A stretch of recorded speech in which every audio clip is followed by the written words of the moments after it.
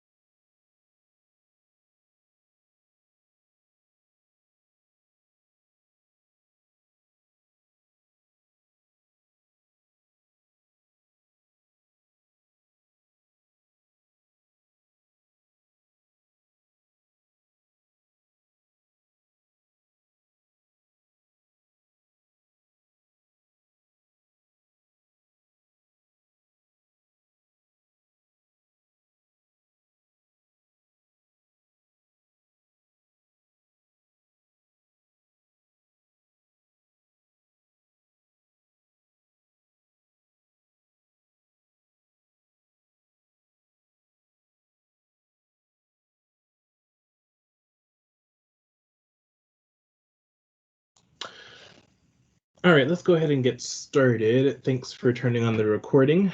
So I'm going to go ahead and call this work session to order on the Climate Action Annual Report. Let's go ahead and start with a roll call, please. Yes, Mr. Chair. Ms. Allard. Here. Mr. Constant. Here. Mr. Dunbar. Here. Ms. Kennedy. Ms. LaFrance. Here. Mr. Peterson. Present. Mr. Perez-Verdilla. Mr. Rivera. Present. Mr. Weddleton. And Ms. Zalatal. Here. Great, thank you. As usual, if members want to get in the queue, please put yourself in the chat. And if you can't access the chat, please text me. All right, I'm going to go ahead and turn it over to Ms. Kilcoyne for the presentation today. Thank you. I'm going to go ahead and share my screen unless, is that the way to do it, or do you want to share it from there, Desiree? No, go ahead and share the screen, please.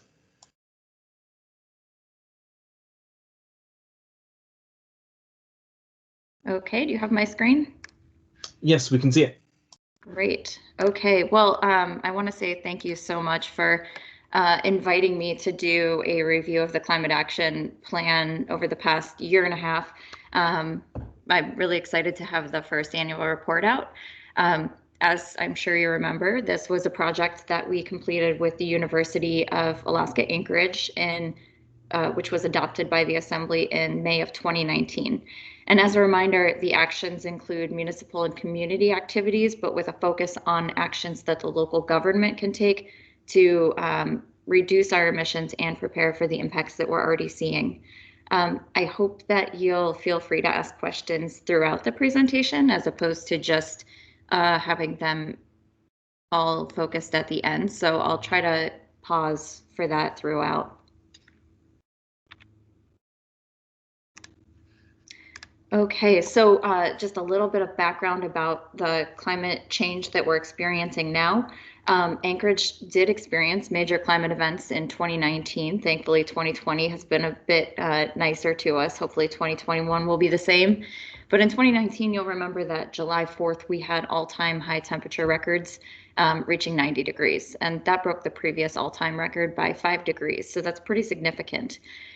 Since the 50s, Alaska's been warming twice as fast as the global average, and we've seen vast wildfires accompanied by those hot and dry conditions, and that did lead to the first ever dense smoke advisory for Anchorage and some of the worst air quality in the world in Anchorage and Fairbanks. So a lot of impacts for individuals across the city. Doesn't really end there. Our average winter temperatures, and this is for Anchorage, have warmed 4.2 degrees Fahrenheit since 1970. And that's bringing on more rain on snow events and higher costs to maintain our infrastructure and trails. And the $340 to $700 million cost per year estimated based on warmer climate, that's for the state. So I know I'm really starting off with some of the bad news stuff, but it does get better for us. Just really quick, this is an infographic on where our emissions come from. You'll see that almost half are from buildings and industry. So there's a lot of focus on buildings and industry as well as transportation. I'll spend a little more time on those two sectors through this presentation. And then at the end, I'll talk a little bit more about how we're measuring the progress that we have. So in regards to implementation and accountability, we've got kind of two sectors. The Mayor's Resilience Subcabinet has been meeting since the summer of 2019, and our goal is to implement the city's resilience strategy and the climate action plan.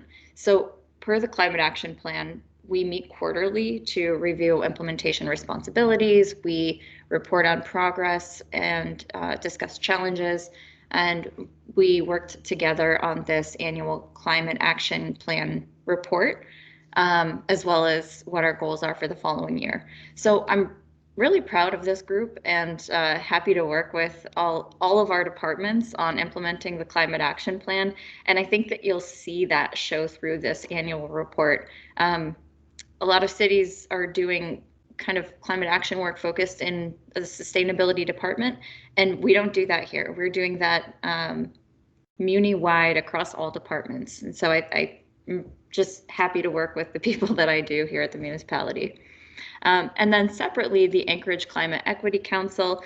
This is a council that the municipality and the university are working to create with the idea that it will provide community input to the municipality in regarding the planning and implementation of climate and sustainability initiatives with a specific focus on equity concerns.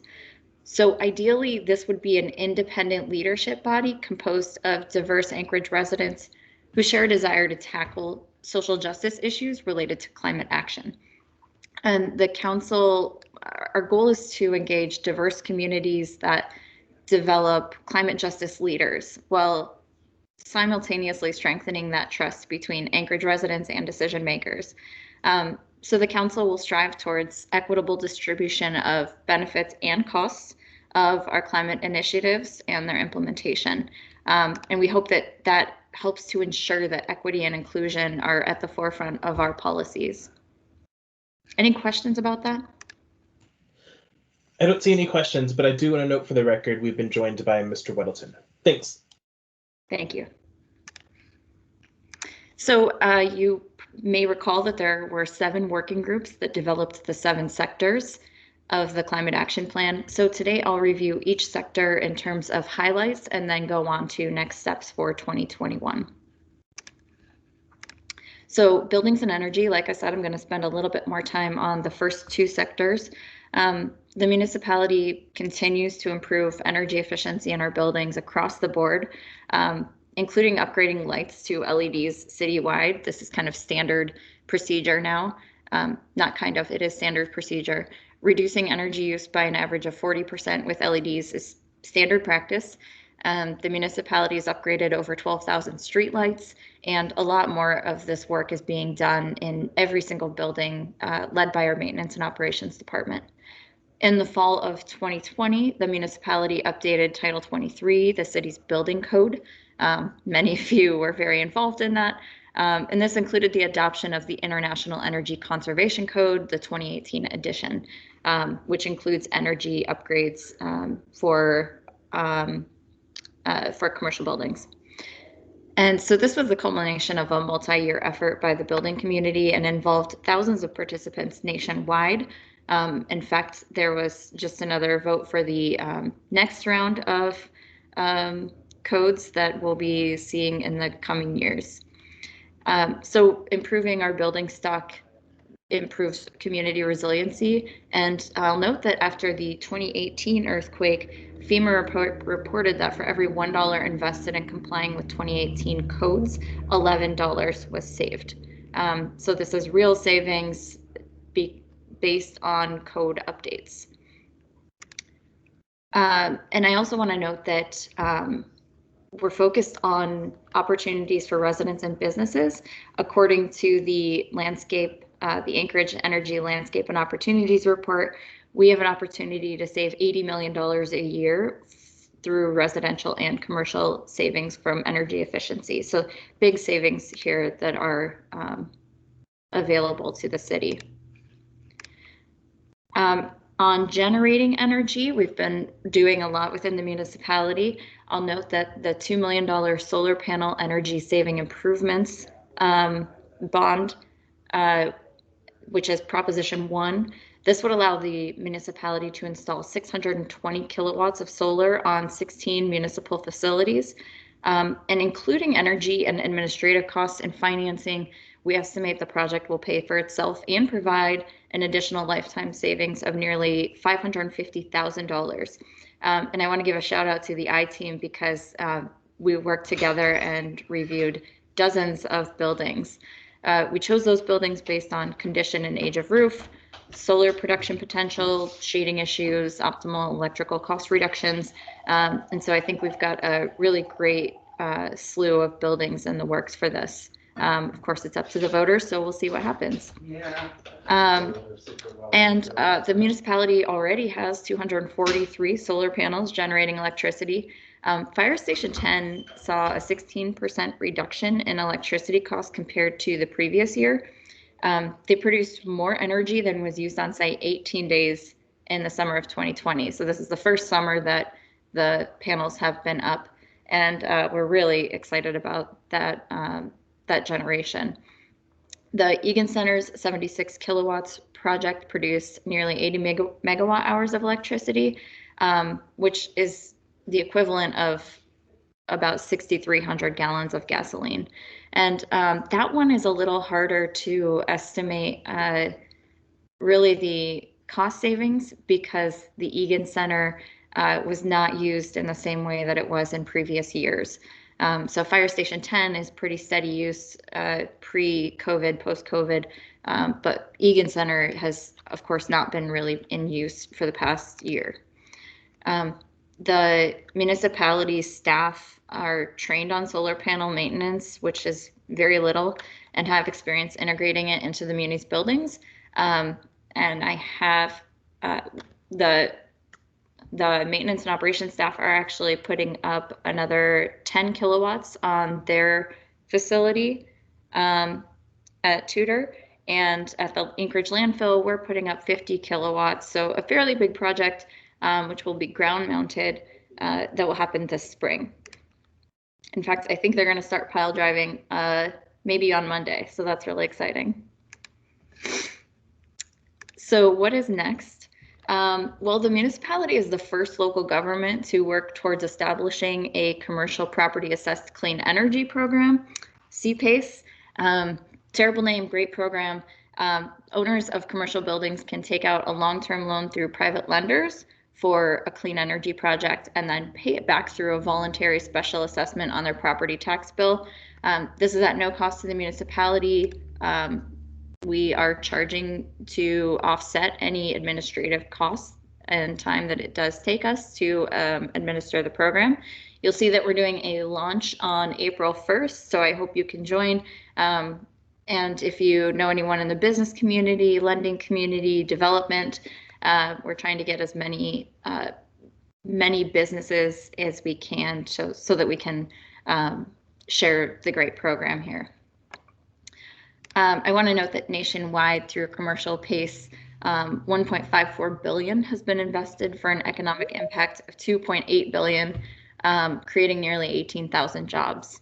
And it's reported that programs in the lower 48 are actually seeing more inquiries and more applications through COVID from small and mid-sized businesses as well as developers. Some of the other work that we're doing, working to create a clean energy tax abatement program. establish a municipal level energy and renewable energy target. We have emissions goals, but we don't have energy targets yet. Installing solar, I mentioned the 2 projects that are already in the works. Analyzing our municipal building energy use. We still have a lot of work to do to determine where the most savings are, or most savings opportunities are. Investing in energy efficiency measures, new and existing, and there's various ways that we're working on that. I've talked to the Assembly about a green bank before, and at the national level, there's been a lot of progress on that, and I'm actually hoping that that's something that we will see in the next year. And then working with the very new electric reliability organization that will help kind of create a level playing field for independent power producers and utilities to bring more clean energy onto the grid. Any questions on buildings and energy? Yeah, I have a few folks in the queue. We'll start with Mr. Constant. Thank you, Shana. Electric Reliability Organization. Which organization is this? I ask because at the Enterprise and Utility Oversight Committee next week, we have a briefing from Chugash on the Eklutna project, but we also will get a briefing on kind of perspectives on what happened with Texas last month and the kind of risks that Anchorage and Alaska's power grid face in the context of climate change, because anyone with reason down there would recognize climate change had an impact there. And in our end, it's different. The issue would not be cold winters, it would be hot summers. And what threat does that create for the municipality in the context of energy production? And so I'm hoping you can attend the meeting next week, but I'm also hoping, A, you can help me understand what this group, the Electric Reliability Organization, is, and B, are we contemplating the risks and cost potential from something similar happening here? To your first question, Representative Constant, the Electric Reliability Organization is a brand new organization that is developed through the RRC, the Reliability Council, or sorry, the what is it? Our Regulation Council. Sorry, I can't think of the name of it right now. With the idea that the what is RCA. it? RCA. Thank you. Yeah. Okay. Thank you.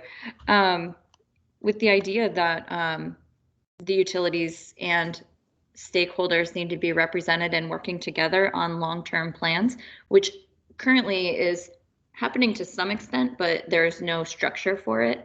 And so the idea is they would create not doing very good with my acronyms right now. They would create a long-term integrated resource plan, an IRP, so that, we're working rail belt wide on what our future looks like. And that can lead to things like putting on our most efficient and cleanest energy generation services first before we move on to the next ones, and kind of look for a more efficient use of generation as well as reducing energy load. It also, one of the goals is to work together to address things that are barriers to bringing on more clean energy. For example, Fire Island Phase 2 talked about wanting to sell to Golden Valley up in Fairbanks, Golden Valley Electric Authority. But by the time you go through the various utilities from Anchorage to Fairbanks, and each one tacks on their, it's called a wheeling charge to pass through the power, the rate is no longer beneficial to Golden Valley. So kind of working more in a unified sense to get the biggest bang for our buck. And then the second question was in regards to what we're doing for our utilities and whether we're addressing climate change impacts. That's a great question, and I'm actually not sure about it. I would love to join that meeting next week, and I hope that comes up, and hopefully Texas is kind of a wake-up call for us in case we're not doing that. Right. Okay, so I'll jump in real quick, and you are clearly invited to that meeting. It's 11 o'clock, I think, next Wednesday.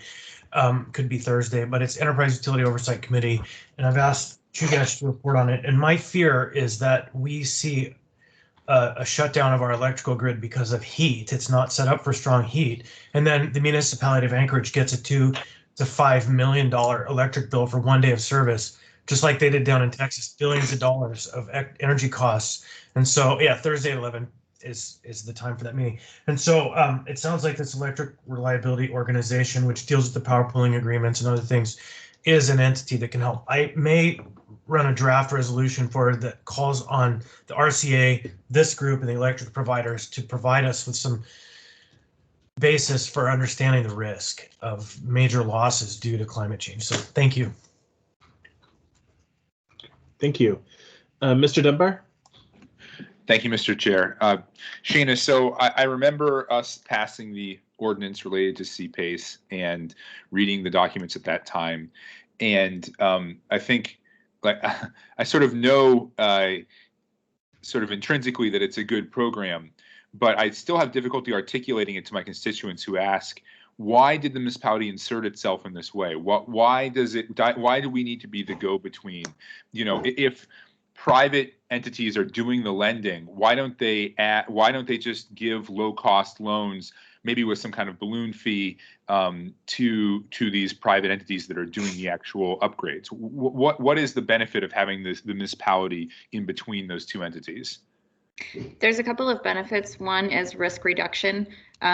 With this being a lien on the property, lenders are feel more confident in the ability to pay back. It's a priority lien, and people pay their property tax, and CPACE delinquencies are almost zero. So it reduces risk. It aggregates projects. A program that is kind of out there saying, hey, clean energy projects, you can finance them and pay back long term, offers more of an opportunity for a lender. In addition, the financing stays with the building. So a business is more interested, a property owner might be more interested in taking out a long-term, even up to 20-year loan, because if they decide to sell that property, the loan stays with the building as opposed to with the property owner. So it, again, reduces risk to the property owner. And then there's, you know, a couple other things I could go into, but those are kind of the main big takeaways. Okay, so it's a function of I think I understand this now. So it's a function of it being associated with property taxes and having priority status and being able to run property. That's kind of the very quick bullet point version, right? Correct. Okay, perfect. Thank you. Thank you. Mr. Peterson? Thank you, Mr. Chairman. I'm wondering about the idea of the green bank. Is this something that's going to be formed with private dollars or money from the Federal Reserve? Just wondering how that's going to come about. Thank you. And I'm not exactly sure how it's going to come about, but the way that it's been talked about at the federal level is that I can't even remember it's billions of dollars that could go towards existing green bank structures in states and I think local governments. There's been talk about different types of programs. Sorry, I don't know why my dog is growling. And so the idea would be that you're able to take some of these public funds and leverage them, whether it's through, again, aggregating programs, backing loans, offering technical assistance, but just trying to overcome some of these barriers. If you think about it in even your home, like I can go and get a car loan for 3.5% interest, and we're all used to that. That's easy, but I can't get, I just did an energy upgrade on our heating system, and banks are not familiar with those kinds of loans, and they don't appreciate really that this offers a savings with it. So I'm even more likely to pay back my loan because there's an energy savings every month that I receive. And so this allows ways to kind of overcome some of those things. Great, thank you. Thank you. All right, I don't see any other questions. Please continue. Okay, thank you. Great. On to land use and transportation. First, the alternative fuels, fueled vehicles. There's a lot of exciting stuff going on here. We're gearing up for the 25,000 electric vehicles projected to drive on Alaskan roads by 2030, which is right around the corner. At Solid Waste Services, we were awarded a grant for nearly $700,000 to fund our first electric garbage trucks, which are coming at the end of 2021. And the grant will also help install and test an innovative battery charger, which will save us money in the long run. Solid Waste Services operates an all-electric and a hybrid electric vehicle. So we've been gathering data on these vehicles, on their operations and costs for a couple of years now, and are excited to bring in the first garbage trucks. The Anchorage Police Department purchased 20 new hybrid electric vehicles. These are expected to use 45% less fuel per year and save $23,000 over 6 years, and that's per vehicle. And then the municipality recently installed a level 2 electric vehicle charger at the lot east of the Rustic Goat. And if people can think of any other locations where the municipality owns land near amenities such as restaurants or shopping, please let me know, because there's a lot more grant funding available. And we did get a grant for that level 2 charger. And then Anchorage Water and Wastewater Utility implemented smart timers on their vehicle plugins. So the idea was they would only turn on at set temperatures as opposed to just be on all the time. This was a really simple fix. The I team worked with them. It saves money, reduces emissions, and reduces wear and tear on the engine. So a really nice, simple solution that they just kind of dreamt up and makes sense. In terms of land use and planning, well, the planning department has been busy, I'm sure you know. Among their progress in encouraging sustainable development, they've determined a target for infill and redevelopment, focusing on reinvestment focus areas, which were identified in the 2040 plan. They amended the zoning code to allow mini city centers and the neighborhoods to create more walkable, bikeable communities.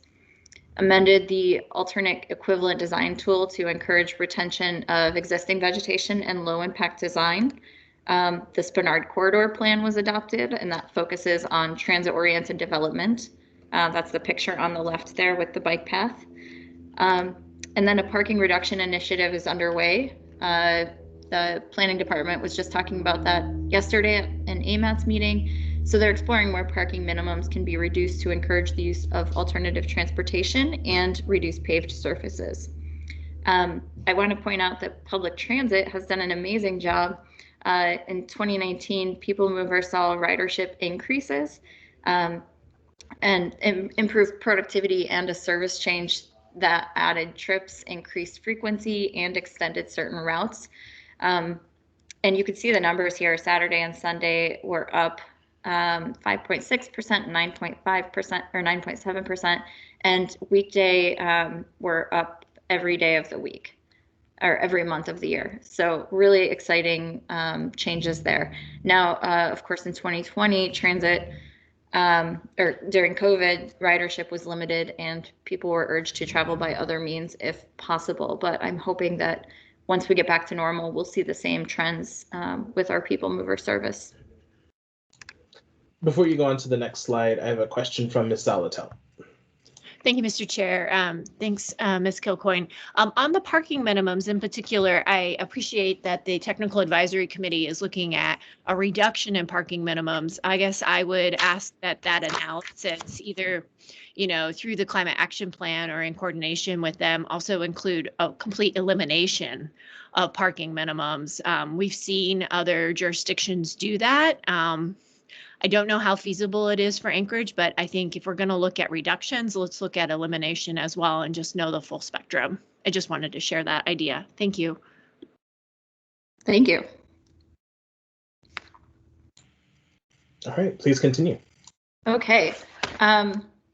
So for what's next in land use and transportation, we're working to create an MOA fleet inventory so that we can see, are there more hybrid swap out opportunities, which similar to what the police department did, including setting a goal for alternative fuel and hybrid vehicles for the municipality once we get that inventory complete. We're incorporating the 2 garbage trucks and an electric box truck to solid waste services fleet. We'll collect and share data from those trucks as well. And then working with the new central transfer station design team to include electric vehicle charging and kind of seeing how this might be done in other new facility development. And we're continuing to work with stakeholders to advise the state on distributing that $950,000, which are grant funds from the Volkswagen settlement for electric vehicle charging. That is what I have on land use and transportation. And I'll keep going unless there are questions. Actually, I do have a question. I put myself in the queue. So this brings up a long-standing query that we have with the Anchorage School District regarding their expansive fleet. How is this? How are you working with the school district to see how we can modernize their fleet? Frankly, I have not talked to them much beyond the school bus engine grants that have been available. And what we're trying to do is kind of do our inventory and an assessment for more fuel efficient or alternative fuel vehicles, starting at solid waste services and then kind of moving to AWU and some of the other fleets within the Muni. And then I absolutely see us moving on to working with ASD once we get kind of our process down. Great, thank you. I don't see any other questions. Excellent. Consumption and solid waste, really the goal is extending the life of the landfill. So at Solid Waste Services, we're designing a new central transfer station, and the idea there is we can provide more service for residents and provide additional recycling and waste diversion options that save residents money in the long term by extending the landfill life. Since 80% of Anchorage trash moves through Central Transfer Station, we have a huge opportunity to influence waste diversion at this site. And you can see progress online. There's a cool flyover video at new swscentraltransferstation.com. Of course, we collect and sell gas to Doyon. I think people forget about this project, but it's really amazing. We collect gas at the landfill, sell to Doyon to use at JBear, and last year we collected enough gas to power the equivalent of over 68,000 Anchorage homes. SWS was awarded a $90,000 grant from the Department of Agriculture for a compost study and organics collection expansion project. So we'll be able to buy an additional 500 roll carts for the curbside organics with funding from this grant. And you can see the image of the pink carts, how the program has expanded since it was implemented first in 2017. In 2020, 632,000 pounds was composted. So that's, again, material that was kept out of the landfill. The photo on the right shows the glass recycling drop-off at East High School. So Representative Dunbar, I hope you have had a chance to use that one. And we're working to expand to other locations. Next up, for consumption and solid waste, working to increase participation of the curbside organics program by approximately 900 customers, increase curbside organics and community compost. And our solid waste team has done a good job of bringing actual metrics to these goals. I want to see these for more of our sectors. Of course, we're looking at commercial level organics collection. And we'll be doing a municipal composting feasibility study to see, does it make sense to keep bringing our composting to Moffett Farms, or might we do that here? We'll increase Recycle Right outreach through ad campaign and analytics, expanding glass recycling locations and capacity, identifying more recycled glass outlets, working with the school district and waste management to expand recycling, and developing a leachate evaporator project at the landfill, and this would be partially generated through collected landfill gas.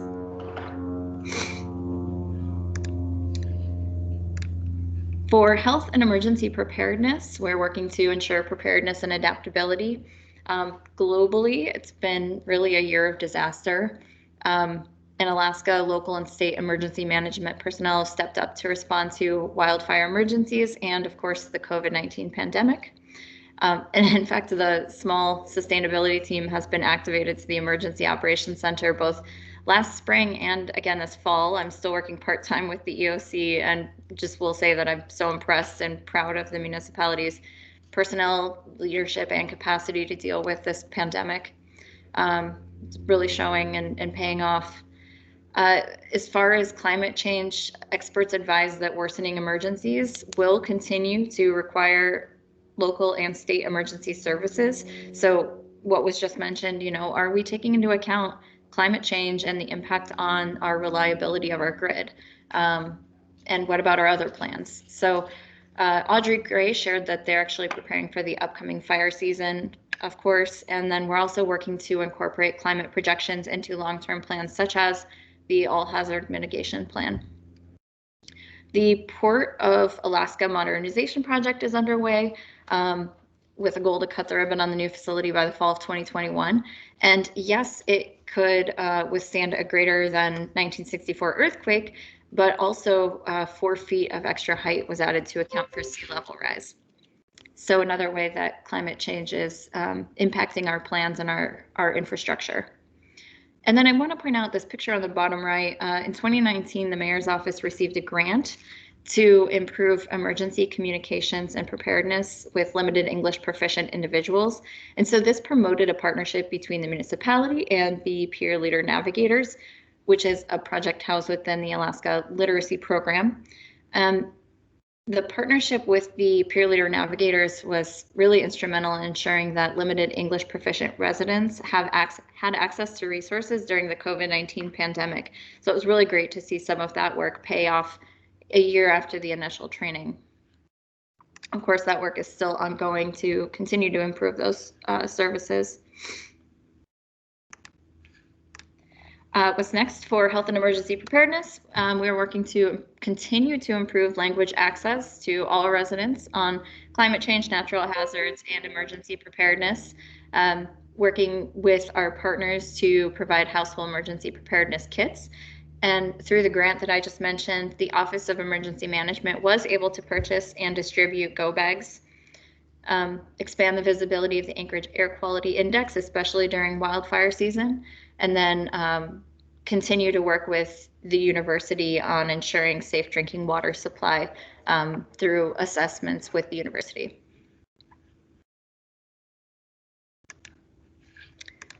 For urban forests and watersheds, quite a bit happened, a lot through Parks and Recreation Department. It was exciting to see Parks and Rec put unemployed and furloughed people back to work with CARES Act funding. $1.5 million was used to target beetle kill mitigation with, I believe they worked with small tree contracting organizations.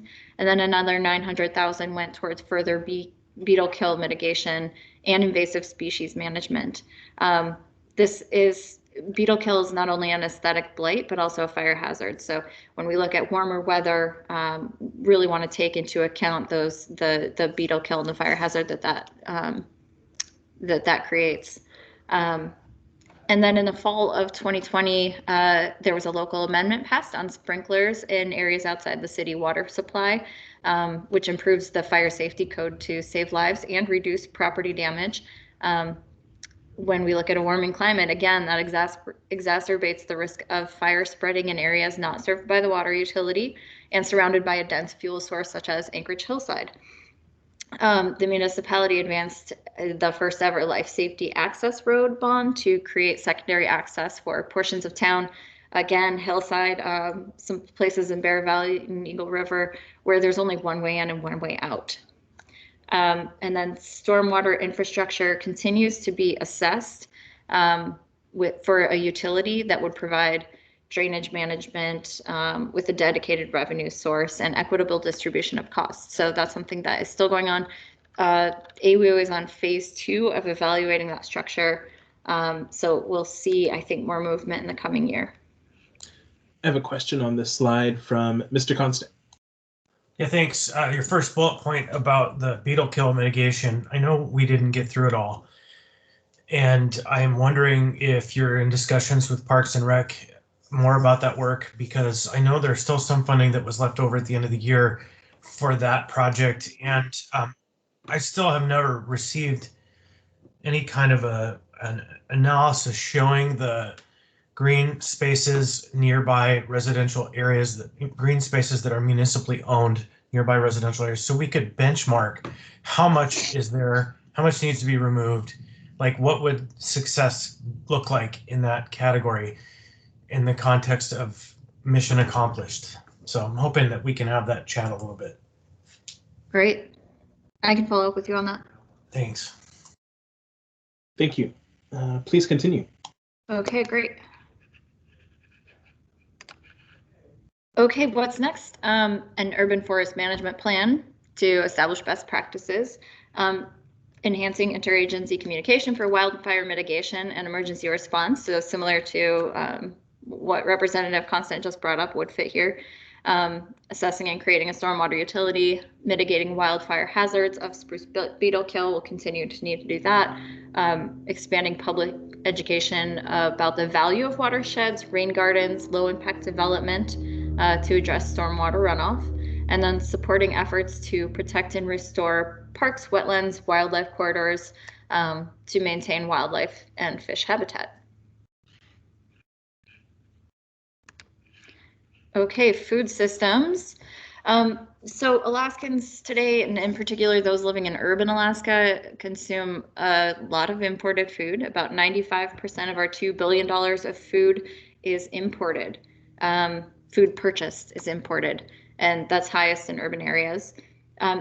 Anchorage Anchor Gardens was a really great project that I think Representative Zolotel worked on last spring.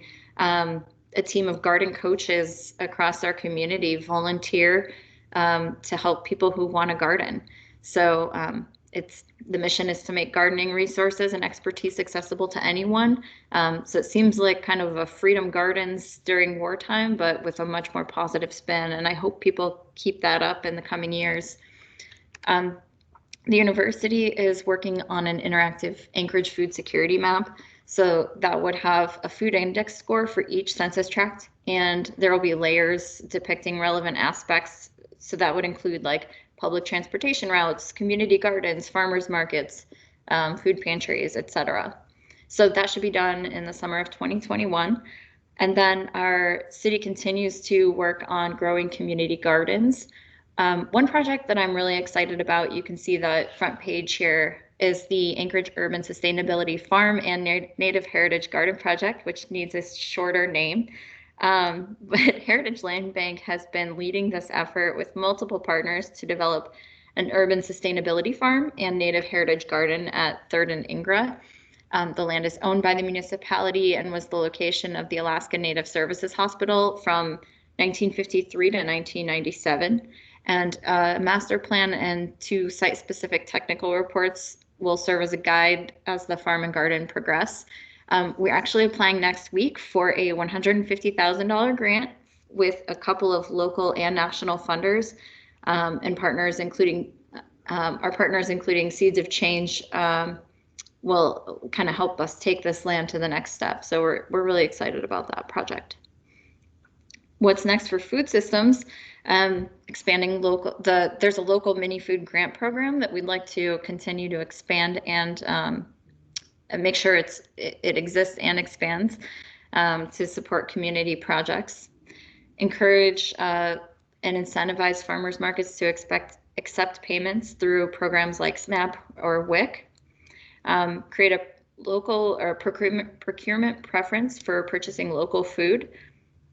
Conducting a organics waste collection pilot project with Anchorage businesses to test capacity for a commercial organics collection program. So we're doing this on the residential level, seeing if it's possible on the commercial level, and then expanding curbside community and commercial composting programs. You can see there's some overlap with solid waste consumption and solid waste in this sector.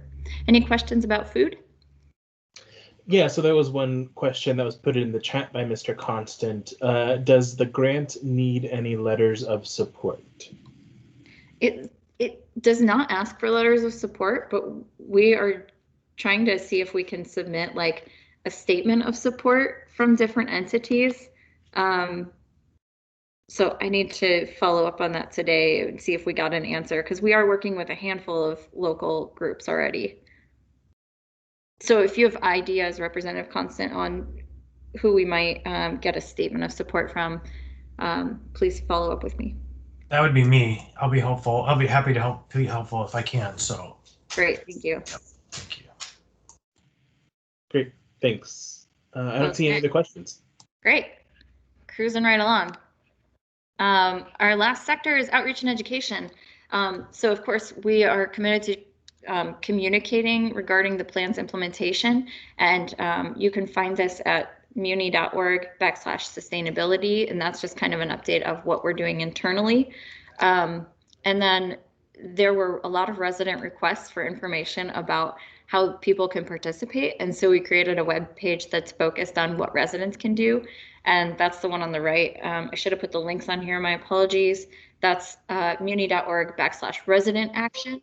As far as what's next for outreach and education, we're working to continue to utilize outreach methods and reduce barriers to make sure that people know about what's going on.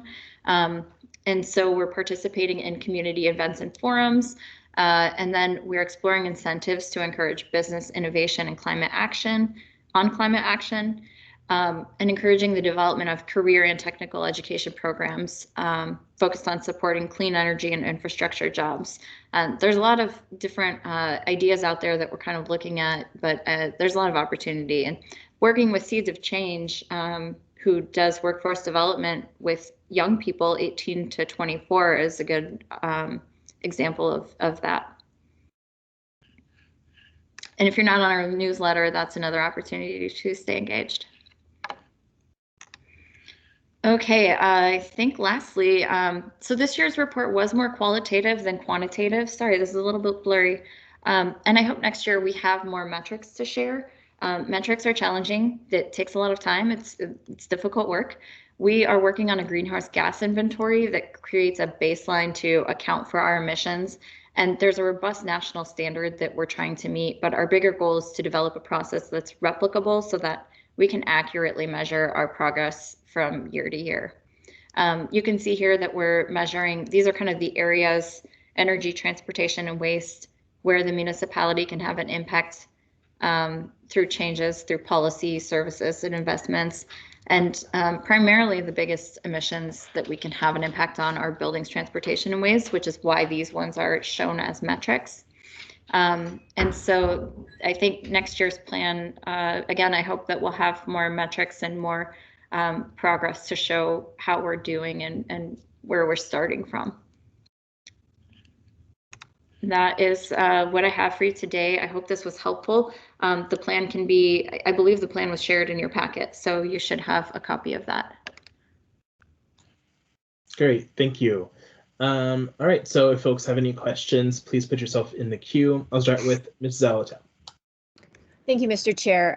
Thank you for a great presentation. I'm just wondering if, as we have items come through on the agenda, whether appropriation or policy related, that do relate back to the climate action plan, if we can be sure to be flagging those as we go. I see how, in the annual report, it's definitely incorporating after the fact, but it would be really great to just make sure we have that tie-in, so we have that discussion during debate and the public comment period. I have a lot of residents in Midtown who are very interested and follow up regularly about the implementation of the climate action plan. And it would be great to be able to go, oh yeah, there's this ordinance before us and it's really in line with this aspect of the climate action plan. I know it's a little bit more work, but it would be the real time implementation of the plan, which I think is what makes this so exciting. Thanks. I actually think our resilience subcabinet could be a big help with that, since we've got representatives from most departments on that committee. So I can talk to them about it, or cabinet. Fantastic, thank you. Thank you. All right, I'm not seeing any other questions. Thank you so much, Ms. Kilcoyne, for the wonderful presentation, and I'm looking forward to getting more updates in the coming years. Thank you so much for this time. Yeah, absolutely. So with that, I'll go ahead and end this work session, and I'll see everyone again at 12:10 p.m.